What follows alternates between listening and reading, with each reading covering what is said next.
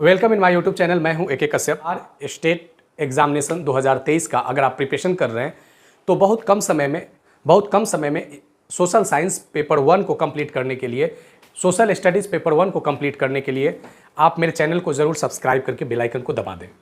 आज के इस टॉपिक में हम लोग देखेंगे यूरोप में राष्ट्रवाद के साथ साथ रूस में किस तरीके से क्रांति हुआ और इससे संबंधित कौन कौन से व्यक्ति इंपॉर्टेंस थे।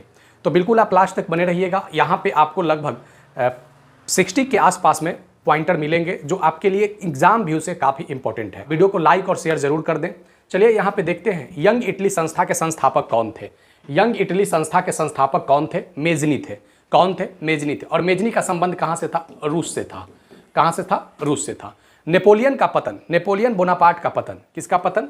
नेपोलियन बोनापार्ट का पतन कब हुआ था? तो 1814 ईस्वी में। नेपोलियन बोनापार्ट का पतन कब हुआ था? 1814 ईस्वी में।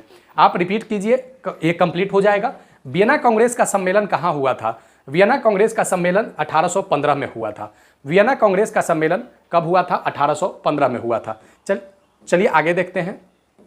नेक्स्ट देखते हैं, वियना कांग्रेस के सम्मेलन जब 1815 में किया गया था तो ये जो काल जो था, इस समय नेपोलियन बोनापार्ट का पूर्णतः पतन हो गया था। नेपोलियन बोनापार्ट का क्या हो गया था? पूर्णतः पतन हो गया था। किसमें? वियना कांग्रेस में। 1815 में नेपोलियन ने वाटरलू का युद्ध लड़ा था और यह इसका अंतिम युद्ध था। लेकिन एक तरफ नेपोलियन फ्रांस के तरफ से लड़ रहा था और दूसरी तरफ कौन था? इसमें ब्रिटेन था। दूसरी तरफ ब्रिटेन था, प्रसा था, हंगरी था, ऑस्ट्रिया था और कौन सा देश था? रूस था। ये एक तरफ थे, ठीक है। और ये 1815 का यह युद्ध नेपोलियन हार जाता है और ये नेपोलियन के जीवन का आखिरी युद्ध रहता है। सबसे पहले क्रीमिया का युद्ध। अच्छा, एक देखिए, अब आगे चलते हैं। क्रीमिया का युद्ध, क्रीमिया का युद्ध जो लड़ा गया था ये 1853 से लेकर 1856 के बीच लड़ा गया था। 1853 से लेकर 1856 के बीच लड़ा गया था क्रीमिया का युद्ध। क्रीमिया का युद्ध संसार में मूर्खतापूर्ण लड़ाई कहते हैं।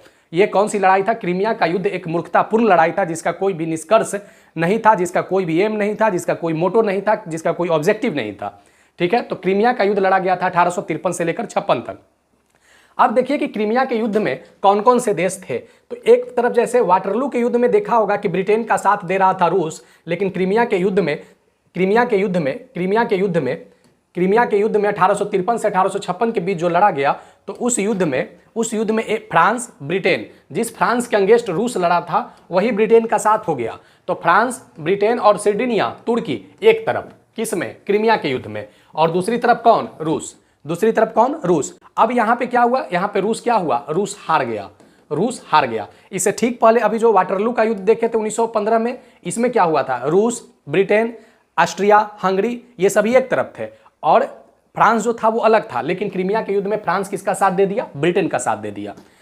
डायट नामक प्रतिनिधि सभा का किस देश से संबंधित है? तो जर्मनी से संबंधित है। डायट नामक प्रतिनिधि सभा कहां से संबंधित है? जर्मनी से। अब चलिए गैरिबाल्डी, इटली के इतिहास में गैरिबाल्डी का भी महत्वपूर्ण योगदान है। तो भारत में गैरिबाल्डी के जीवन चरित्र से कौन प्रभावित हुए थे? तो बाल गंगाधर तिलक। और इन्होंने गैरिबाल्डी के जीवन चरित्र को लिखा था। बाल गंगाधर तिलक ने गैरिबाल्डी के जीवन चरित्र को क्या किया था? लिखा था। रक्त और लौह की नीति, ब्लड एंड आयरन नीति किसने लाया था? तो बिस्मार्क ने लाया था। किसने लाया था? बिस्मार्क ने लाया था। जर्मनी के एकीकरण में बिस्मार्क का महत्वपूर्ण योगदान है। चलिए यहाँ पे 2-3 बात को फिर से रिपीट कर देते हैं। गैरिबाल्डी के जीवन चरित्र को बाल गंगाधर तिलक ने लिखा था। रक्त और लौह की नीति बिस्मार्क ने लाया था। डायट नामक प्रतिनिधि सभा जर्मनी से संबंधित है। क्रीमिया का युद्ध एक मूर्खतापूर्ण लड़ाई थी जो 1853 से 56 के बीच में फ्रांस, ब्रिटेन, सिर्डिनिया, तुर्की एक तरफ और रूस दूसरे तरफ था। चलिए अब कहानी शुरू होती है जर्मनी के एकीकरण का। देखिएगा जर्मनी का एकीकरण कैसे होता है, इससे आप क्लियर हो जाएगा जर्मनी का एकीकरण। एक युद्ध होता है सेडेवा का युद्ध। कौन सा युद्ध? सेडेवा का युद्ध। सेडेवा का युद्ध 1866 में। सेडेवा का युद्ध 1866 में किसके बीच? प्रसा और ऑस्ट्रिया के बीच। प्रसा एक पावरफुल प्रांत था उस समय। प्रसा जो था एक पावरफुल प्रांत था और ऑस्ट्रिया कभी नहीं चाहता था कि इटली और जर्मनी का एकीकरण हो। ऑस्ट्रिया कभी नहीं चाहता था कि इटली और जर्मनी का एकीकरण हो, ठीक है। तो अब देखिए क्या हुआ यहाँ पे। ऑस्ट्रिया ने युद्ध की शुरुआत कर दिया। ऑस्ट्रिया ये यूरोपियन कंट्री में आता है। ऑस्ट्रिया ने युद्ध की शुरुआत कर दिया। किसके अगेंस्ट में जाकर? ये प्रसा के अगेंस्ट में जाकर। किसके अगेंस्ट में जाकर? प्रसा के अगेंस्ट में जाकर। लेकिन ऑस्ट्रिया जो है इस युद्ध को हार गया। ऑस्ट्रिया इस युद्ध को हार गया। तो जब ऑस्ट्रिया युद्ध को हार गया तो अभी हमने कहा था कि ऑस्ट्रिया कभी नहीं चाहता था कि जर्मनी का एकीकरण हो। अब समस्या क्या आया कि जैसे ही ऑस्ट्रिया हारा तो जर्मनी को आसान हो गया एकीकरण में। कैसे आसान हुआ? जर्मनी ने ऑस्ट्रिया के 2/3 हिस्से को क्या कर दिया? अपने कब्जे में ले लिया, यानी 66% भूभाग को उसने अपने कब्जे में ले लिया। और यही सेडेवा का युद्ध जर्मनी के एकीकरण को मदद मिला। अब देखिए यहां पे जर्मनी के एक ही मात्र विरोधी था, वह केवल कौन था? फ्रांस था। इसके बाद जर्मनी ने फ्रांस को हराने के बाद एक राष्ट्र के रूप में जर्मनी का उदय 1871 ईस्वी में हुआ। ठीक है, कैसे जर्मनी का एकीकरण हुआ? सेडेवा के युद्ध में प्रसा और ऑस्ट्रिया की लड़ाई हुआ, ऑस्ट्रिया हारा, ऑस्ट्रिया के 2/3 भूमि पर जर्मनी ने कब्जा कर लिया। उसके बाद फ्रांस जो उसका विरोधी था, जर्मनी ने फ्रांस को हराया और 1871 में जर्मनी ने अपने को एकीकरण कर लिया। ठीक है, आगे देखिए इसमें जर्मनी के एकीकरण में सबसे महत्वपूर्ण भूमिका कौन से युद्ध का था? सेडेवा का युद्ध का था। यूनान की राष्ट्रीयता का मुख्य देन क्या था? फ्रांस की क्रांति। अभी जो यूरोप के राष्ट्रवाद जो हम लोग देख रहे हैं, इसका एक और वीडियो भी हमने बना रखा है और स्टेट प्लेलिस्ट बना रखा है 2023 का, उसी में उसको, और यूरोप के राष्ट्रवाद आपको स्टेट 2023 के प्लेलिस्ट में आपको देखने को मिलेगा। और जो लोग अभी नए जुड़े हैं वे लोग इसी चैनल के प्लेलिस्ट में जाइए और प्लेलिस्ट में स्टेट 2023 को जरूर वॉच कीजिए। साथ ही साथ आप बिहार शिक्षक बहाली का 7वें फेज का भी मैंने वीडियो बना रखा था। तो कुछ इतिहास का, जैसे आपका औद्योगिकरण, उदारीकरण, ये सब टॉपिक आपको इतिहास के प्लेलिस्ट में मिलेगा बिहार 7th फेज वाले में, तो एक बार उसे भी आप जरूर देख ले। इटली यूनान की राष्ट्रीयता का मुख्य देन क्या था? फ्रांस की क्रांति। इटली और जर्मनी के एकीकरण का कौन विरोधी था? ऑस्ट्रिया विरोधी था। काउंट काबूर को विक्टर एमेनुअल ने प्रधानमंत्री नियुक्त किया था। किसने? काउंट काबूर को विक्टर एमेनुअल ने प्रधानमंत्री नियुक्त किया था। मेजनी ने कार्बेनेरी नामक एक संस्था को भी स्थापित किया था। एक तो यंग इटली था और दूसरा मेजनी का एक और संस्था था कार्बेनेरी। मेजनी का एक और संस्था क्या था? कार्बेनेरी। चलिए नेक्स्ट देखते हैं आगे। टीपू सुल्तान का भारत में शासन था मैसूर में। ठीक है, टीपू सुल्तान फ्रांस रेवोल्यूशन से काफी प्रभावित था। टीपू सुल्तान फ्रांस की क्रांति से काफी प्रभावित था। टीपू सुल्तान जब भारत में शासन टीपू सुल्तान का संचालित था तो उस समय भारत में ब्रिटिश के साथ साथ फ्रांसीसी लोगों का भी यहाँ पे कंपनी स्थापित था और शासन व्यवस्था चलता था। तो उस शासन व्यवस्था में जो टीपू सुल्तान और हैदर अली, इन दोनों का करीबी किसके साथ था? फ्रांसीसी कंपनियों के साथ था। तो फ्रांस रेवोल्यूशन से टीपू सुल्तान काफी प्रभावित था। दास कैपिटल बहुत महत्वपूर्ण है। दास कैपिटल के रचनाकार कौन है? Karl Marx. और ये कार्ल मार्क्स किस विचारधारा से प्रभावित थे? तो साम्यवादी विचारधारा से। कार्ल मार्क्स किस विचारधारा से प्रभावित थे? तो साम्यवादी विचारधारा से। दास कैपिटल के रचनाकार कार्ल मार्क्स ने एक नारा दिया था कि दुनिया के मजदूर एक हो। ये नारा कार्ल मार्क्स ने दिया था। किसने दिया था? ये नारा कार्ल मार्क्स ने दिया था, दुनिया के मजदूर एक हो जाओ। कार्ल मार्क्स के जो महत्वपूर्ण सिद्धांत थे, कार्ल मार्क्स ने मजदूरों के लिए, किसानों के लिए और आम जनता के लिए, कि कार्ल मार्क्स ने मजदूरों के लिए, किसानों के लिए और आम जनता के लिए, जिसे वो सर्वहारा कहते थे, जिसे वो क्या कहते थे? सर्वहारा कहते थे। तो ये जो सर्वहारा जो आप देख रहे हैं, तो कार्ल मार्क्स ने सिद्धांत दिया वर्ग संघर्ष का सिद्धांत। कौन सा सिद्धांत? वर्ग संघर्ष का सिद्धांत। उसके बाद इन्होंने सिद्धांत दिया द्वंद्वात्मक भौतिकवाद का सिद्धांत। कौन सा सिद्धांत? द्वंद्वात्मक भौतिकवाद का सिद्धांत। और तीसरा दिया राजविहीन, यानी राज्य की जो कल्पना होता था, स्टेट का जो कल्पना होता था, कार्ल मार्क्स ने उसे ठुकराया था। राजविहीन का सिद्धांत, वर्ग संघर्ष का सिद्धांत, द्वंद्वात्मक भौतिकवाद का सिद्धांत एक कार्ल मार्क्स का सिद्धांत था। दुनिया के मजदूर एक हो जाओ, ये कार्ल मार्क्स का नारा था। चलिए नेक्स्ट देखिए, कार्ल मार्क्स ने इतिहास को कितने चरण में बताया है? तो कार्ल मार्क्स ने इतिहास को 6 भागों में बांटा है। कितने भागों में बांटा है? 6 भागों में, जिसमें कार्ल मार्क्स ने कहा है कि अभी जो वर्तमान में जो इतिहास का चरण चल रहा है वह 5वां चरण है। कौन सा चरण है? 5वां चरण है। और कहा कार्ल मार्क्स ने कि विश्व के इतिहास में जो अगला चरण आएगा वह 6ठा चरण होगा और इस चरण के बाद विश्व का इतिहास जो है वो हमेशा के लिए समाप्त हो जाएगा। तो ये जो 6ठा चरण है, इस 6ठे चरण को कार्ल मार्क्स ने क्या कहा है? साम्यवादी युग कहा है। क्या कहा है? साम्यवादी युग कहा है। ठीक है, इन्होंने जो पहले चरण जो था उसको आदिम साम्यवादी युग कहा था। तो इस तरीके से वर्तमान में जो है वो पांचवां चरण चल रहा है और 6ठे चरण को साम्यवादी युग कार्ल मार्क्स ने बताया है। तो कार्ल मार्क्स विश्व मजदूर दिवस 2 अंतर्राष्ट्रीय संघ हुए थे, प्रथम अंतर्राष्ट्रीय संघ और द्वितीय अंतर्राष्ट्रीय संघ। तो ये जो आया है प्रथम अंतर्राष्ट्रीय संघ से आया है। मार्क्स ने प्रथम अंतर्राष्ट्रीय संघ की स्थापना कब करवाया था? तो 1864 में करवाया था। कार्ल मार्क्स किसके जीवन से प्रभावित थे? चलिए इंपॉर्टेंट है ये भी। कार्ल मार्क्स किसके जीवन से प्रभावित थे? तो ये जीवन से प्रभावित थे रूसो और मॉन्टेस्क्यू। रूसो और मॉन्टेस्क्यू के जीवन से प्रभावित थे। अब ये बताइए कि ये लोगों का संबंध कहां से था? तो ये लोगों का संबंध था फ्रांस से। कहां से संबंधित थे? फ्रांस से संबंधित थे। जिन्होंने क्या लिखा था? The spirit of law. ठीक है, द स्पिरिट ऑफ लॉ लिखा था। सर्वहारा वर्ग का सिद्धांत बोल्शेविक क्रांति से संबंधित था। सर्वहारा वर्ग का सिद्धांत किससे संबंधित था? बोल्शेविक क्रांति से। बोल्शेविक क्रांति को रूसी क्रांति भी कहते हैं। बोल्शेविक क्रांति को कौन सी क्रांति कहते हैं? रूसी क्रांति भी कहते हैं। तो बताइए कि सर्वहारा वर्ग का जो सिद्धांत आया था और बोल्शेविक क्रांति हुआ था, ये कब हुआ था? 1917 में। 1917 में। ठीक है, आगे देखिए यहां पे बोल्शेविक क्रांति के समय रोमनो राजवंश था। बोल्शेविक क्रांति के समय रूस में। कहां पे? रूस में। रूस में बोल्शेविक क्रांति के समय रूस में कौन सा राजवंश था? रोमनो राजवंश था। और जो फ्रांस प्रांत में जो संबंधित थे वो बोर्बन राजवंश थे। कौन से राजवंश थे? जिसमें आपने लुईस वगैरह का जो चर्चा देखा था वो कौन से साम्राज्य से था? बोर्बन साम्राज्य से। अच्छा, केनेथ साम्राज्य कहां से था? तो केनेथ साम्राज्य का संबंध था ब्रिटिश से। केनेथ साम्राज्य का संबंध कहां से था? ब्रिटिश से। 3 यहां पे राजवंश देखे हैं। रोमनो राजवंश, जिसमें अलेक्जेंडर द्वितीय आएगा, जिसे जार कहते हैं। अलेक्जेंडर द्वितीय, जार जैसे प्रधानमंत्री होते हैं, राष्ट्रपति होते हैं, उस समय रूस के जो प्रधान होते थे उन्हें जार कहा जाता था। तो जार जो थे वो किस राजवंश से थे? रूस के रोमनो राजवंश से। और फ्रांस के जो थे वो बोर्बन राजवंश से। और ब्रिटिश लोग किससे थे? केनेथ साम्राज्य से। आगे चलिए नेक्स्ट देखते हैं इसमें। कृषि दासता को समाप्त रूस में किसके द्वारा किया गया था? कृषि दासता को समाप्त रूस में किसके द्वारा किया गया था? यह किया गया था अलेक्जेंडर द्वितीय के द्वारा। किसके द्वारा किया गया था? अलेक्जेंडर द्वितीय के द्वारा कृषि दासता की समाप्ति किया गया था। कृषि दासता की समाप्ति अलेक्जेंडर द्वितीय के द्वारा किया गया था। कब किया गया था कृषि दासता की समाप्ति? 1861 में अलेक्जेंडर द्वितीय के द्वारा कृषि दासता की समाप्ति किया गया था। चलिए आइए सोवियत रूस, अब आगे देखेंगे। ये सोवियत संघ, रूस जो है वो सोवियत संघ में बदलेगा और फिर ये रूस में आ जाएगा। तो रूस की सर्वाधिक जनसंख्या किस जाति का है? तो स्लाव जाति का। किसका? स्लाव जाति का। बहुसंख्यक है स्लाव जाति रूस में। रूस और जापान के बीच एक युद्ध हुआ था 1904 से 1905 के बीच में। यहां से ही रूस की क्रांति को एक नया आयाम मिलता है। रूस और जापान के बीच 1904-1905 में एक युद्ध हुआ था और इस युद्ध में रूस ने हवा बनाया, रूस ने झूठा हवा बनाया कि हम जीत रहे हैं। क्या हुआ? हम जीत रहे हैं। लेकिन जब रूसी सेना जापान से बॉर्डर पर लड़के जब वो अपने देश वापस आ रही थी, क्योंकि जापान एक छोटा सा मुल्क था, रूस के सामने उसकी जो सैन्य शक्ति थी वो काफ़ी कम थे। लेकिन जब जापान की सेना वापस आ रही थी तो रूस के लोग अपने सैनिकों को फटे हाल में देखा। तब उनको लगा कि जो जार के द्वारा जो मैसेज दिया जा रहा है आम जनमानस को कि हम जीत रहे हैं, रसिया जीत रहा है जापान से, तो जीते नहीं, हम हार गए। इसके कारण से रूस में एक आम जनमानस में एक जार के प्रति दुर्भावना आ गया कि इतनी छोटे से देश से रूस के जैसा विशाल देश, विशाल साम्राज्य हार गया। तो उसके बाद 1904-05 में रूस और जापान के बीच एक संधि होती है, जिस संधि का नाम है पोर्ट्समाउथ की संधि। क्या नाम है?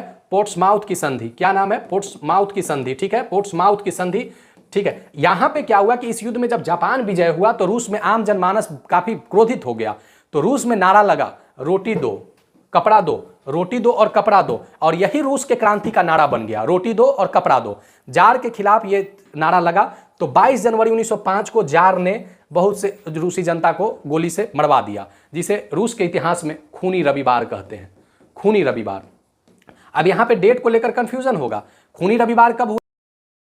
को, क्योंकि रूस में जो कैलेंडर है वह कैलेंडर का नाम है जूलियन कैलेंडर। रूस में जो कैलेंडर है वह है जूलियन कैलेंडर और इतिहास जो लिखा जा रहा है वह कैलेंडर है ग्रेगोरियन कैलेंडर। कौन सा कैलेंडर? ग्रेगोरियन कैलेंडर, क्योंकि जो अभी जो वर्तमान में जनवरी से दिसंबर के बीच जो चलता है वो ग्रेगोरियन कैलेंडर। और रूस में कौन सा कैलेंडर है? Julian calendar. Julian calendar Gregorian calendar से 13 दिन पीछे रहता है। 13 दिन पीछे रहता है। आगे देख लेंगे। तो 22 जनवरी 1905 को खूनी रविवार मनाया गया, क्योंकि जापान से रूस युद्ध को हार चुका था।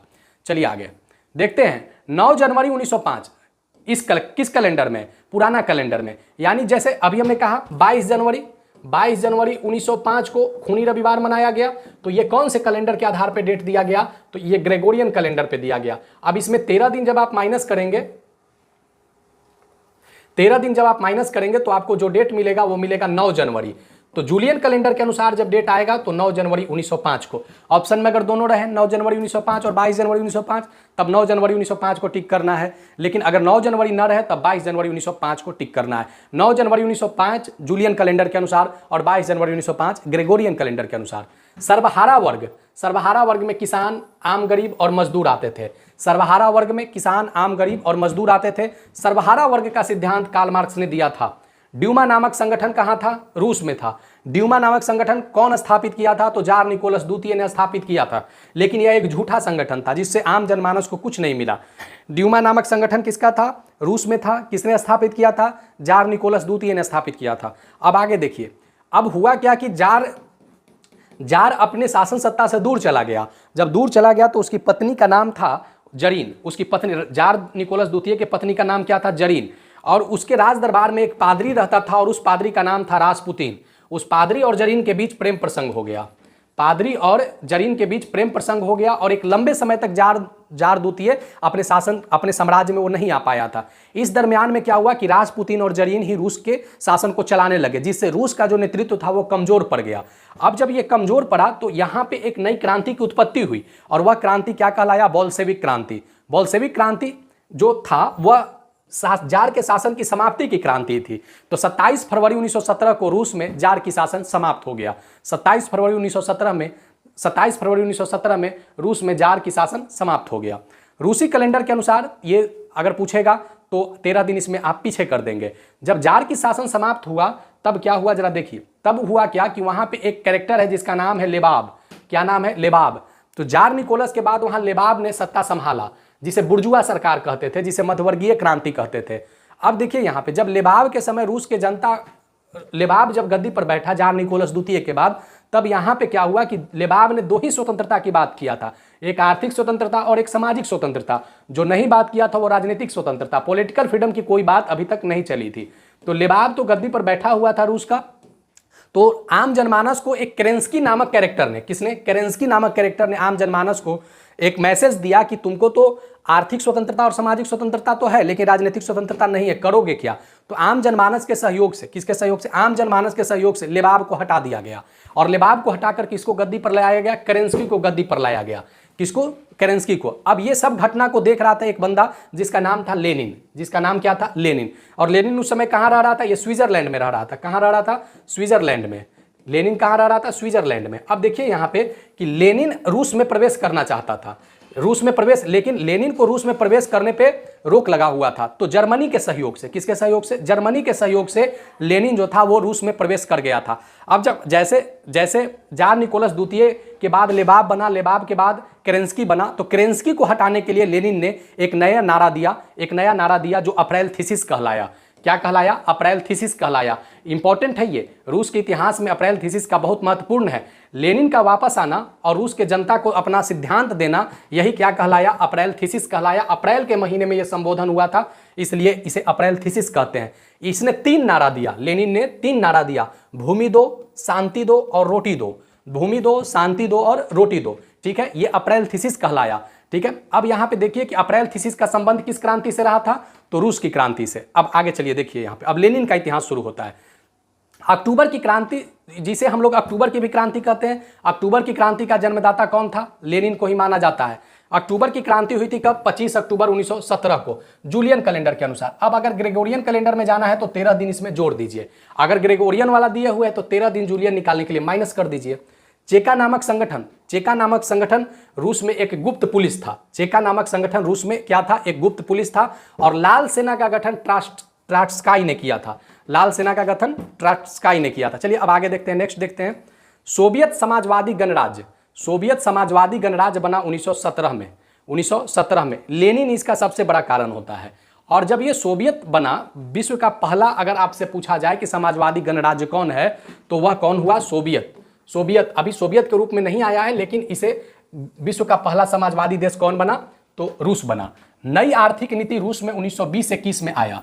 नई आर्थिक नीति 1920-21 में रूस में आया और लेनिन की मृत्यु हो गई 1924 में।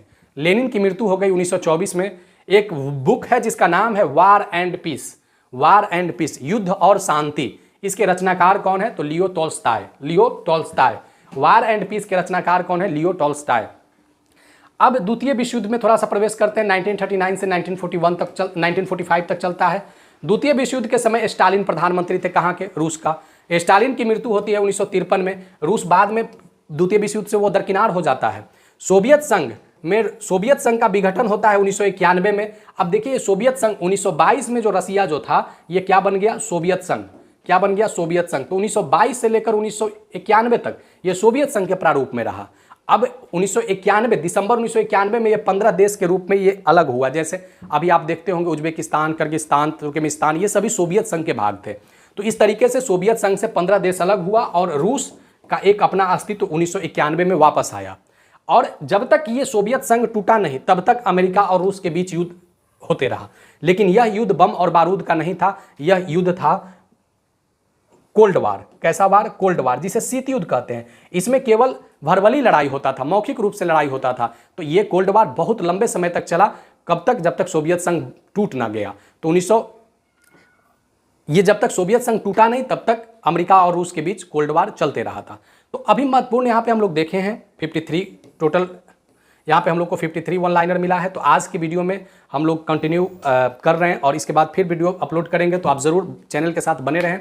इसी चैनल में स्टेट 2023 का प्लेलिस्ट बना हुआ है सोशल साइंस का, आप ज़रूर उसको वॉच कीजिएगा। और साथ ही साथ आपको फिर से एक मैं सजेशन दे रहा हूँ कि बिहार 7th फेज का जो हमने वीडियो बना रखा था वह भी आपके सेकेंडरी के पैटर्न पे आधारित है।